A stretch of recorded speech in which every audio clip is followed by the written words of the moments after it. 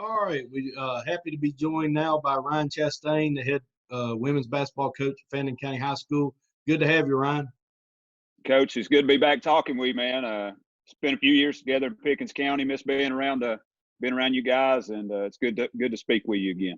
Absolutely. Well, since we'll have people all over the country watch this, tell them a little bit about kind of where you've been, how you got to where you are now, where you started, and all that, because everybody doesn't know you like I do. Okay. 2004, I was a community coach, Lumpkin County High School. I was 19 years old. I was in college at the University of North Georgia at the time, and I knew I wanted to coach. I've always known I've wanted to coach, and so that was my first step getting in. I went there. I volunteered. Shane Purdy was the head basketball coach at the time, and he hired me, and it was an awesome opportunity, and I loved it. I did that for 2 years. Then I basically went and was an unpaid assistant with the women's program at the University of North Georgia. Was the head assistant there for a year, and then spent 3 years with the men's program. So 5 years total at North Georgia as a college assistant, which was an awesome experience. Got to meet some great people. After that, I went into business management for a few years. Worked for a Fortune 500 company, which was good. The money was good, but there's nothing like coaching and there's nothing like competing. And I knew I had to come back to it. And then I got back in 2015 at Pickens County High School. That's where we met. I was the freshman team boys coach the first year, then the JV boys coach the second year. And then I was hired at my alma mater where I went to high school, which is Fannin County High School in Blue Ridge, Georgia, to coach the Lady Rebels basketball program there. Been there for 2 years, and that kind of brings us to where we are now. Well, one of the reasons I really wanted to talk to you is, one, personally, I know you do a good job and you're a good coach, but also I thought your experience, you're working with the boys and the girls teams, you've worked in the college level and the high school level, and I just think that what we're trying to build with some of these different courses we're doing is some things that are universal across sports, across gender, and across regions. I've talked to some guys from New Jersey, from Kansas, Illinois. All those guys have been on there. Now, you're right down the road from me, but it's still what's universal is still universal. So we don't spend a ton of time talking about what exactly you guys should do on your press or how you want to play defense or that. Not that that's not important, but there's plenty of places for that. Everything that you're going to talk about would be true for the boys or the girls team. It'd be true for soccer, basketball, football, baseball, whatever. Because some of the principles of what makes, in this particular case, fixing a program, what makes that go is true always. And, we talk about things like handling parent issues and gaining community support, some of those things. I mean, yeah, there's always a little bit of intricacies that are different by sport, but most of those topics, if you got a broad background like you do, you can really provide some insight to people other than just the sport you coach. I mean, obviously, basketball coaches are going to want to hear what you have to say, but I think we can gain a lot, from the other sports too. So glad to have you on today and looking forward to this. When we talk about fixing a struggling program and the course that we kind of have for this, we talk about the 5 things to focus on. And as you know, football-wise, I've done this myself. So some of this is drawn off my own experience or just talking to different people like you. And I feel like there's 5 key things that if you focus on these things and don't focus on the other stuff, you got a chance. And the first one is focusing on relationships over everything. And I always say if these 5 things equal 100% of what you ought to focus on, this first one's got to be close to 80% of it. So it's the other 4 just kind of secondary.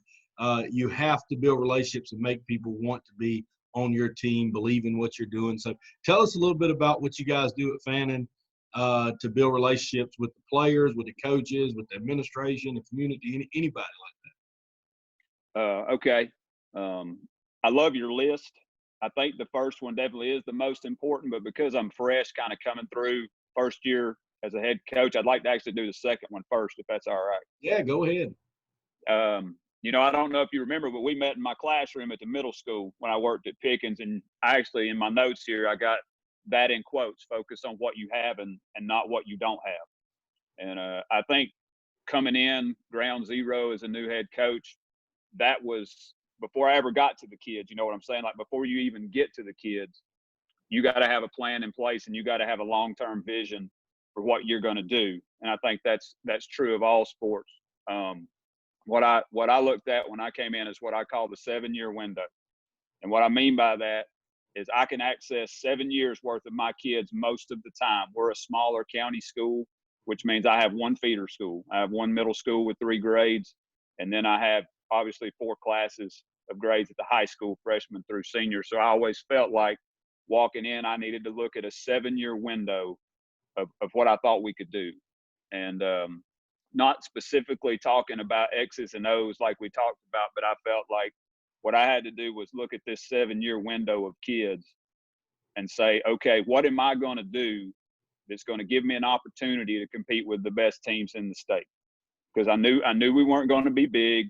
I knew there were bigger teams out there, more athletic teams. So what I had to look at was laying a vision and a foundation for the program that could lead us to a place where we could beat the good teams. That's just the way I looked at it. I think understanding strengths and weaknesses relative to your region is huge. I think you got to know who you're going to play against.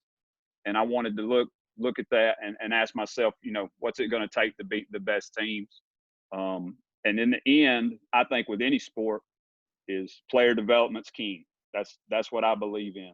Absolutely. Because I think most coaches out there, Coach, aren't at the school that's ranked number 1 in the state every year. I mean, most coaches are in communities like ours where we got to develop what we have.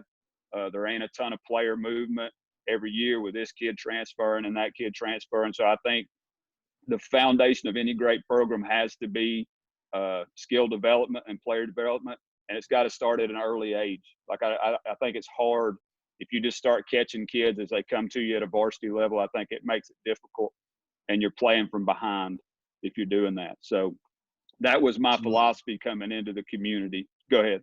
No, I say absolutely. I couldn't agree more. So I think digging in as deep as you can into the younger age kids. And I heard somebody say this the other day. I wish I could remember who it was, but they talked about finding joy in playing your sport. You think about it, like if you're not skilled, it's hard to find joy in your sport. Like it's hard for me to put a kid out there that don't know how to dribble, pass, or shoot and think that kid's going to have fun playing basketball. It's my job to teach them how to do those things, because every kid loves making shots and every kid loves to be able to touch and handle the ball. And to build confidence, you got to build those skills so those kids can compete against other good players. So I think coming in, what I called earlier ground zero of the program, that was my focus. But now going to, like you said, the top bullet, which is absolutely the most important, which is focusing on relationships over everything. And excuse me. We wanted to talk about from the beginning about having a family atmosphere and being positive.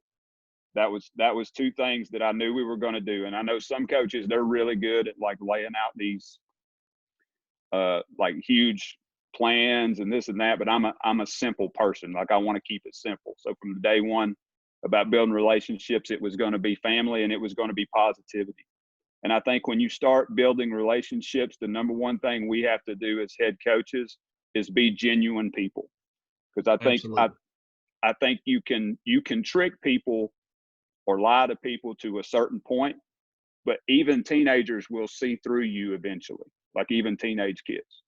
So I think it's kind of a cliche, but as the head coach, you have to set the tone. And what I mean by that is you have to be the example of what you want in your program. So if I want my kids to be positive, I have to be positive. Like I can't expect my kids to be positive and me come in every day and just drag them down. And I'm not saying not correct them. There's a difference between constant negativity and correction. But we wanted to be positive and we wanted to make it fun was the first thing. Because here's the thing, and I anything I say talking about changing a program that struggled is not an indictment on the person that coached here before me. Everyone's situation is different. But what I wanted to do was just change the environment. Like the first day we had practice, we had the music, turned up in the gym. We wanted the kids to come in and know that it was going to be fun, but at the same time set the standard that we were going to work, and we wanted to make sure they knew from the beginning, hey, it can be both. It can be both, but that's really, and it puts some responsibility on them. It can be both, but you're going to take it one way or the other. And the number one thing is showing kids you care. And I think people say that a lot, but the best way I've learned to say it is the one thing that you can give a kid that is above everything else is your time. We can't take back time. Like, you can give kids gear and you can give kids money, in the program, like buy them uniforms and things like that, like throw money at situations. But until you put your time in with those kids, that's the only genuine way to show them you care. Would you agree with that? Absolutely. I think kids are way more perceptive than people probably think on who genuinely cares and who doesn't. I think that being honest, anytime you're coming in new, I would just be honest and you be yourself. If you are a loud, yelling, screaming guy, then just be one. I mean, within reason, have at it, scream away. If that's you, then be you. If you're not, don't come in screaming because the team was losing before. It's going to come across as fake. The people are not going to, you don't need to fool people. You need to just be yourself. But be honest with them. I don't know anybody. I know literally thousands of coaches, and I don't know any of them that are trying to lose, that are, just don't care. But I do know some of them that aren't good at showing people. And so you got to just relax, be yourself, show kids you care, be there for them when they need something, stop and do it for them. There's a whole series of things we talk about on how to show people you care.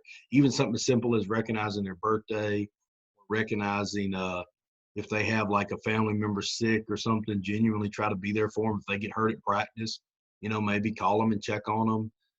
There's stuff like that's fairly commonplace. Most people do. But if you can just make a conscious effort to do it, it really takes little effort from you and means a lot to them. And I agree. And I think sometimes we get confused on what giving kids our time means. So if I've got a kid that says, hey, coach, I need, can I speak to you in your office for a second? And that kid comes in and sits down and I'm sitting there flipping through emails or playing on my interaction with a kid, I don't think that's giving that kid your time. I think we get confused, and I know people get busy. Like I understand that, but the number one priority for me is when those kids are with me, like I want to be in the moment there with them. Like I want to be coaching them and talking to them. Like I don't bring my cell phone to practice except to hook it into our PA system to play music during certain times of practice when we do that. Like I'm not there trying to check my cell phone. I want to know those 2 hours we're in practice. I want them to know that they have my attention. And I think that's the number one thing that you can't fake in coaching. Like you have to be genuinely invested.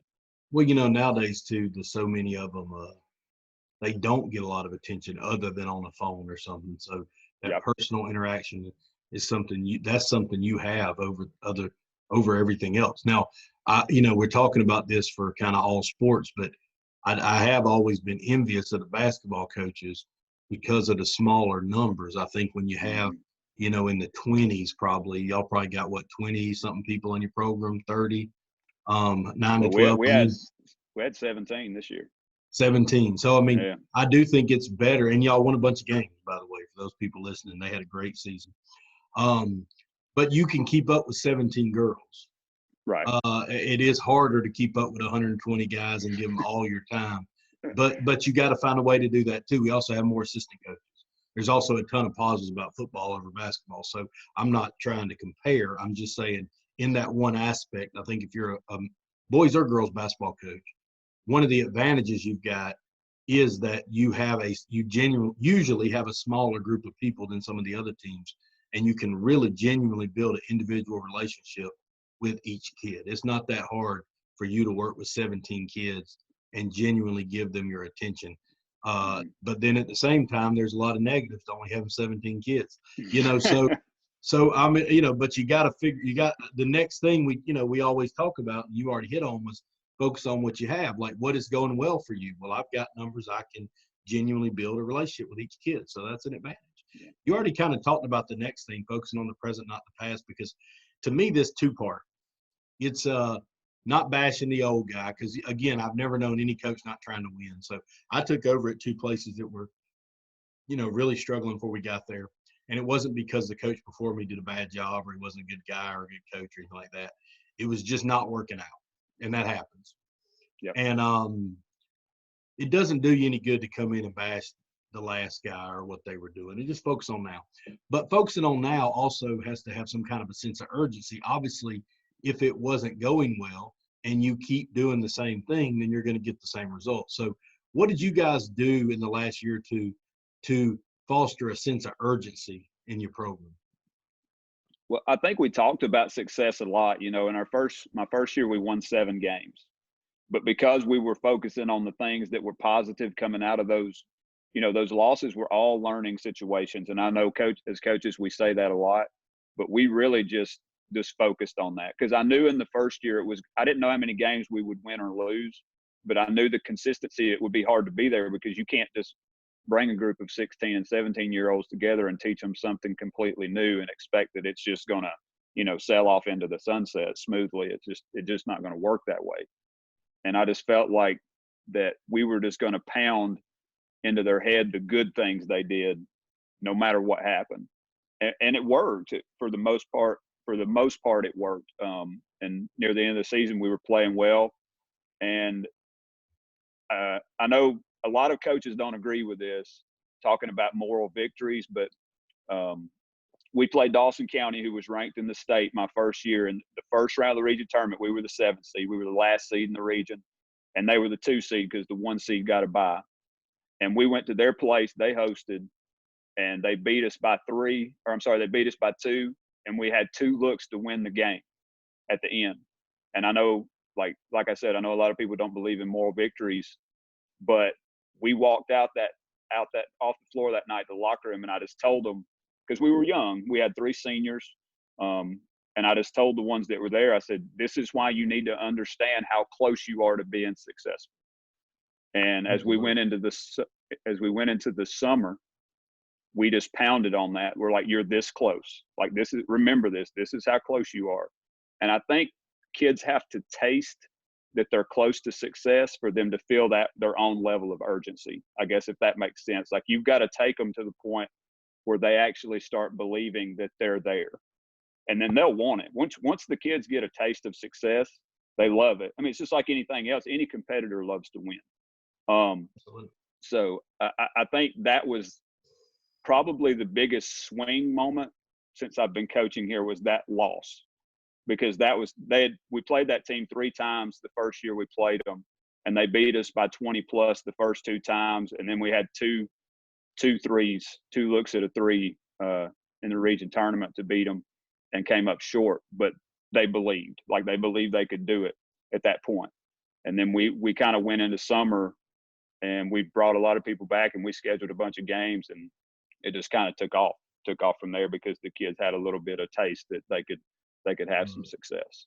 And that happens. I mean, I think that, part of this, fixing a struggling program, if you look at a kid individually, and you need each kid to have a moment, whether it's even in practice, but obviously it's better if it's in the game, where they did something you asked them to do exactly the way you asked them to do, and they had some success, So for us in football, if we had a kid on defense reading this particular, he's a linebacker, he's going to read this running back or whatever, and he makes a tackle in the backfield and everybody cheers, then all of a sudden they have a ton of respect for you. And, and all of a sudden anything you say, they're like, yeah, let's do this.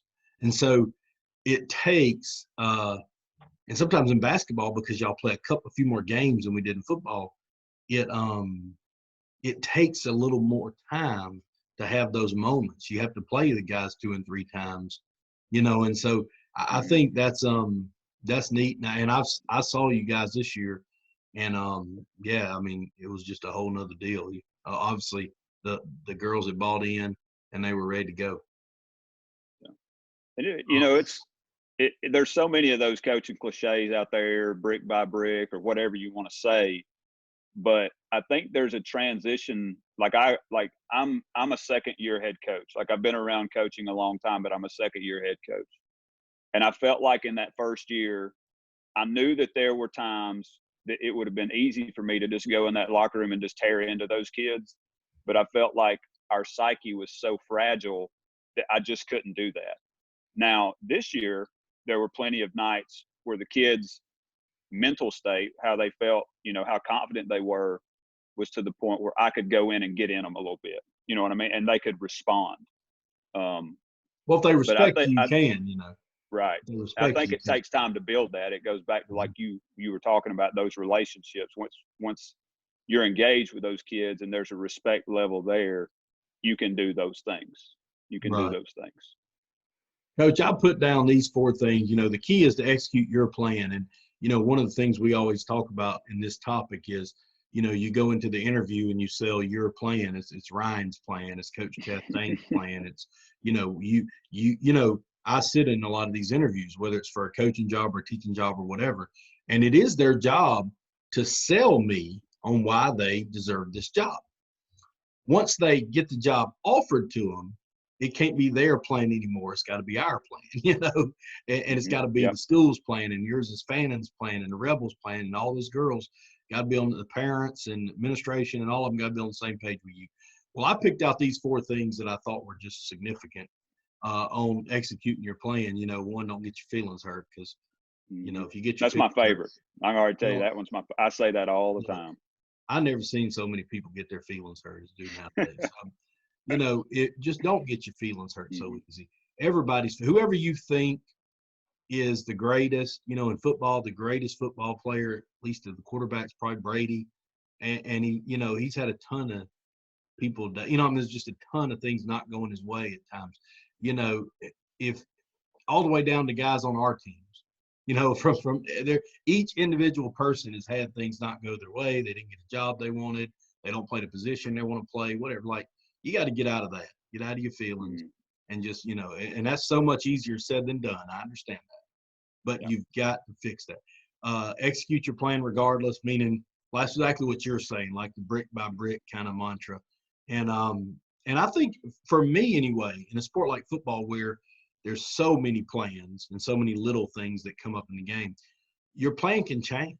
Like, you can say, I could have said for years, I could have said, we're never gonna, whatever it is, we're never going to warm up without our shoulder pads on, something dumb like that. But it's hard-headed if you just keep doing it, if it seems like it's a good idea now to warm up without your shoulder pads on. Don't be hard-headed. It's okay for the plan to change. And then never, ever quit on it. Never, don't quit on it. You can't. Because you won 7 games one year, or because, some parents are down on you, or because the principal changed, or whatever it is, none of that affects you. And so, what do you think of when you see those things, and then what other stuff do you have to interject on how to execute a plan? Yeah, the first one's my favorite. It says, "Don't get your feelings hurt," and that's just talking from the coach's standpoint. First, we do one of the most publicly criticized jobs in the world. Like 700 people to 1,000 people come watch us play basketball, and most of them are just there to watch. But I know there's people up there that I'm sure they're like, well, I can't believe he didn't play zone, or I can't believe he didn't press that night, or I can't believe he didn't do this or that. And the thing is you just have to know that going, like, this is what we chose to do. You know what I'm saying? Like, that's what I always say when I talk to people about this. Like, what did you think was going to happen when you chose to be a head coach? Like, did you think everybody was just going to pat you on the back? Because I knew when I took the job that there were going to be days where people didn't agree with me, and that's okay. Like, that's all right. And it goes back to, you got to have a vision and a foundation for your program this kind of loops down to the 4th bullet point there you have, which is never ever quit working on your vision and your plan. Like you've got to see something that nobody else can. That's why you have this. That's why you have a head coaching job, because someone entrusted that you can see something that no one else can. And you just have to stick to that. And, I'm sure we're going to talk a little bit later about regrets, but that 3rd bullet, it says your plan can change and it's okay. The first year I coached here, I picked the wrong offense for my program. And I told my kids that, and we changed and it was for the better. Now that was not the entire vision for the program. It was just one aspect, but our half court offense was wrong. And I like talking about this because I got a note here just talking about personal responsibility, and you know how we talked about during the relationships portion about how we have to lead the way on that. Like when I'm wrong, I like to tell my kids I was wrong. Absolutely. And I learned that. It was my second year at Pickens County. I was coaching JV basketball. It was a JV boys basketball game, and it was Pickens and Gilmer, which you know, neither school can stand each other.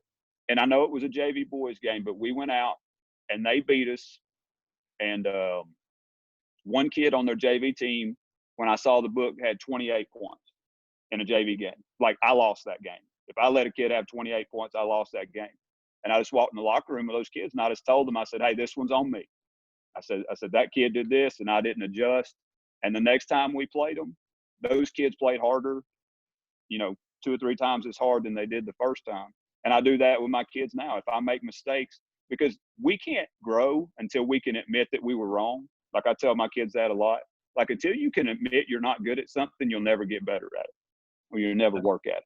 Saying you don't know and admitting when you're wrong are two things that really are not that hard to do, and they're free. They don't cost your booster club any money, but they'll make you a lot better. It is okay to look at somebody and just say, I don't know.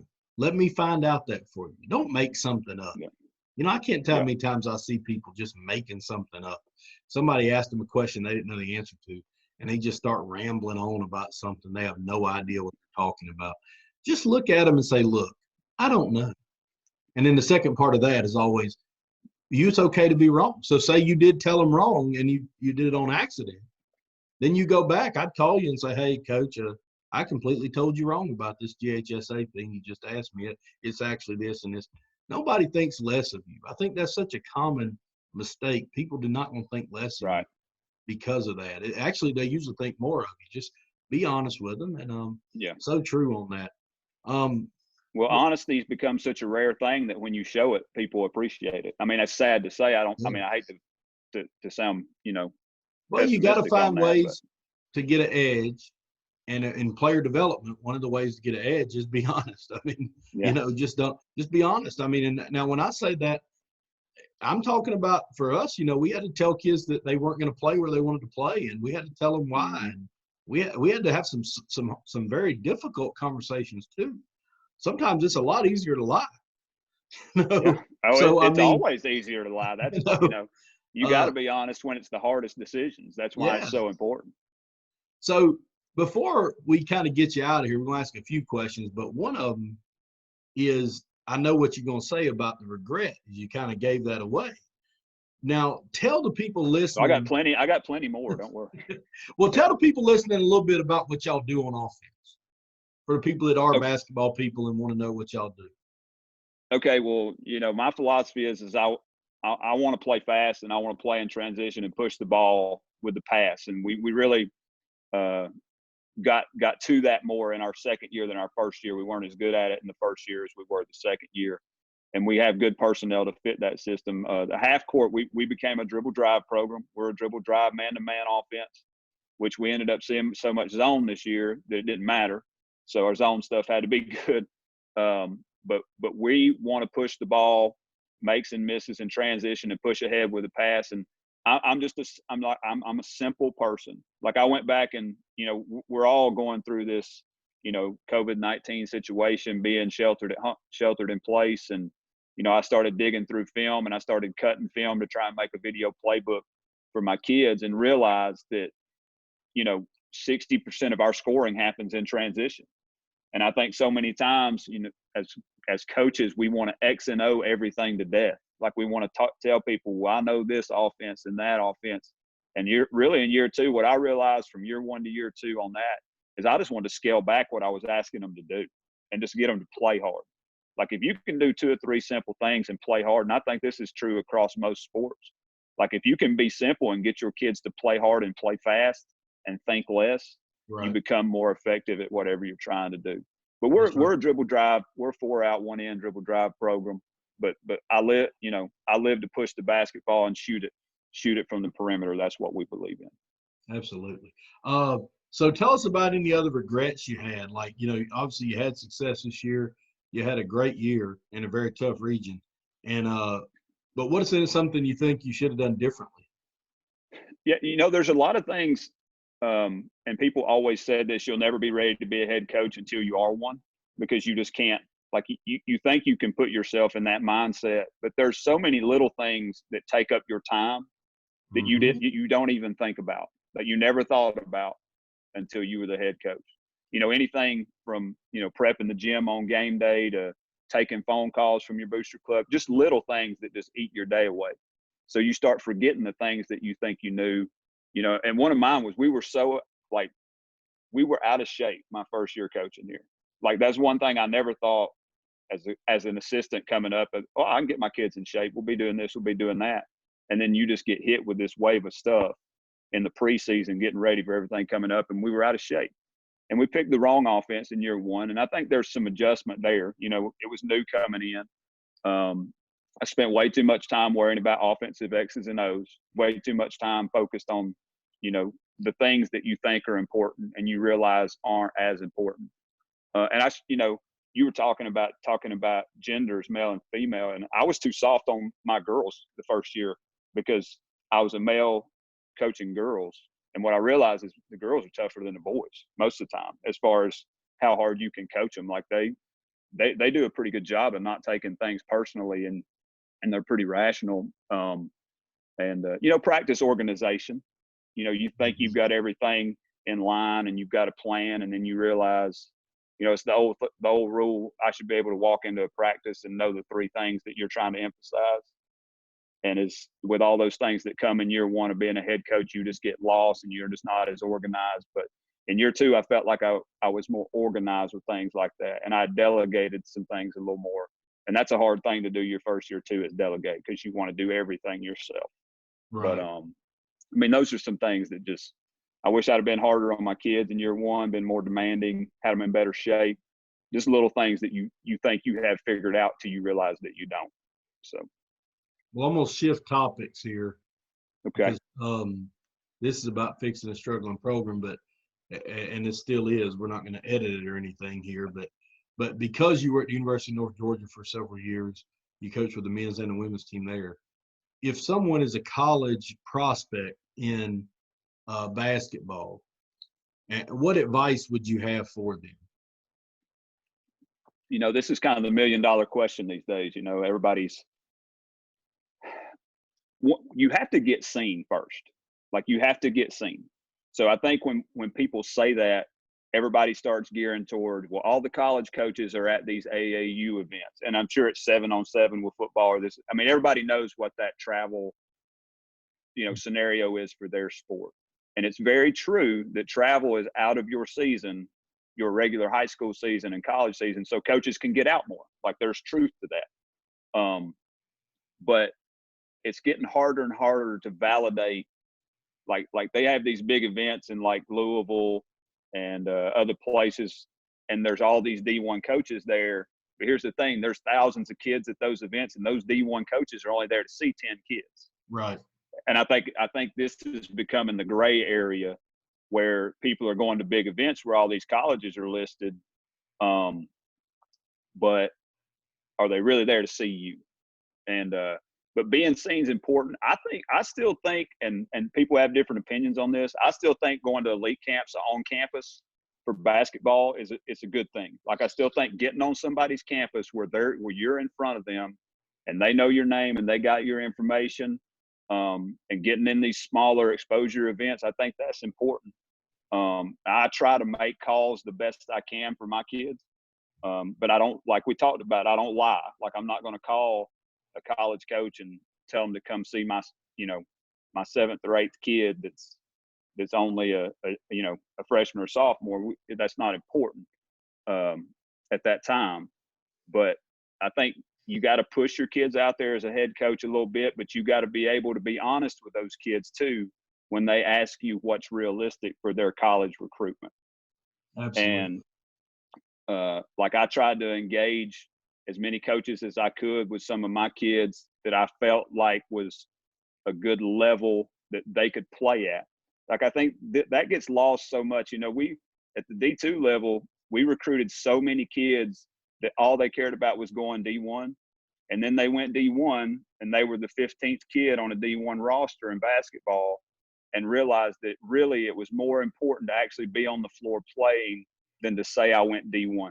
And it don't matter how many coaches say that, it'll never, like it's still happening now. It happens in every sport, but it's the truth. If you're not going somewhere where you don't think you're going to get on the floor, it's just not going to be worth it. That's just my opinion on that. Yeah. I think that happens a lot. That happens in every sport now. I mean, the fit, I would think of colleges, of students picking a college should be comparable to coaches picking, or ADs and principals picking coaches. You should go for the best fit, not always necessarily the highest number. You know, if we're hiring a tennis coach, we might have 10 tennis coaches and one of them has won 1,000 tennis games. That doesn't necessarily mean we have to hire them. You know, sometimes there's a best fit. And I think that's that way with kids. They totally miss that. They just go off of levels, you know, and so if so-and-so school is a higher level than so-and-so, that's where they want to go. And truthfully, the fit is more important than the level. Well, I'll get you out on. Go ahead. Going back to just real quick on that, like I kind of tailed off there because I got that's my soapbox. This kid's jumping levels just to say, because it hurts the kid and it hurts the programs. You know what I mean? Mm-hmm. And that's why, you know, D2s are now living on the D1 transfer list, because kids that should be playing D2 are all the end of the bench kids on the D1 level. That's why there's, you know, and transfers are becoming such a big deal in college sports. And that's just my 2 cents. I'm sure there's people out there that think differently than I do about that. But you got to figure out a way to get seen. But then once you're seen, I mean, most coaches evaluate you in your high school setting. Like you're not going to go kill it on the travel circuit and then them call your high school coach and your high school coach be like, well, they don't do anything for me, and that college coach still be impressed. You know, there's got to be a level of consistency in how hard you play. And the other thing was, and this will be my last thing on this, we can move on. Out of college, head coach tell me this year, and there's some truth to this, never really thought about it this way. He said, Coach, it's so hard for me to evaluate kids at AAU events now, because when you're playing 4 games a day for 3 days, how can you actually give your best effort with, you know, when you're playing that many contests? He said, so it's really hard for me to, he said, it's hard for people to guard good players 4 times a day for 3 days. So, you know, the defense starts to lack. And when I say that, and I think some travel coaches think that I'm knocking them, and I'm not. I know travel coaches can coach. Like I know they can. I've known plenty of them. But like that's a setting where when you're playing 3 and 4 games in a day, man, it's just hard to know what your top gear is. I guess what I'm trying to say. Absolutely, that's good knowledge there. Let me get you out on this one. What is the advice you would have? You know, you said earlier that nobody can really prepare you to be a head coach, and it's so true. You know, everybody says that. But let's talk to just the aspiring head coaches out there where you were 3 and 4 years ago. They want to be a head coach one day. They obviously can't know everything until they do it. But what is something they could be doing right now? What is advice you would have for them on how to make themselves better now, so when they get the job, they'll be better prepared? Okay. I think it's important to network with head coaches, because I think the best thing, like one of the best ways that I've learned is just talking to other head coaches. I have about, I don't know, probably at least 4 or 5 head coaches that I try to talk to every couple of weeks. And like you need to network with those people and talk to them, because they've been there, and understand that you got to be like, so many assistants, I think, have waited so long. And I remember feeling like this, like they've been waiting their turn, that they've got it figured out. And once you step into that role, you realize everything you thought you had figured out is going to change. Mm-hmm. And so after, you know, probably my first summer as a head coach, I immediately wanted to learn as much as possible. Ain't that kind of funny? You know, you think the years you're assistant are the years that you're trying to, and you do soak things in. But like even after my first summer, I realized that everything I thought I had figured out, I needed to dive deeper on. So that's been one of the biggest things for me. I really like to. I mean, this is when I heard about what you were doing. Any kind of clinic where coaches are speaking, read books, things like that, where you collect information and get organized. That was, I think you said this in our athletic department meeting when I worked there. If you get organized and you look good, that'll get you a good start. You know what I'm saying? Absolutely. Like you need to present yourself as the head coach. You need to dress like you're the head coach. You know what I mean? You need to look the part and get yourself organized, and that gets half the battle over with right there. Well, I think that's something you can control. You do control how organized you are. You control how you present yourself. You don't always control how many players you got that are good. You don't always control if people are down on you or whatever it is, but you do control that. And I think that, if you didn't hear anything else from this, in fixing a struggling team, you've got to focus on what you can control, and you going to practice organized, you taking care of those kids, being good with those kids is all things you can do, and don't worry about the other stuff. I mean, that's just what it is. So I appreciate you, Coach. Think a lot of you, known you a long time, and look forward to seeing what all you accomplish the next few years up there. Coach, I appreciate it, man. If I can ever help anybody out, you've got my contact information. You can give it to whoever you want. I love talking shop. That's what we talked about before we got on air. I love talking shop. Enjoyed coming on, talking sports with you, and wish you the best. Keep in touch. Thanks a lot, Coach. See you. All right, see you, buddy.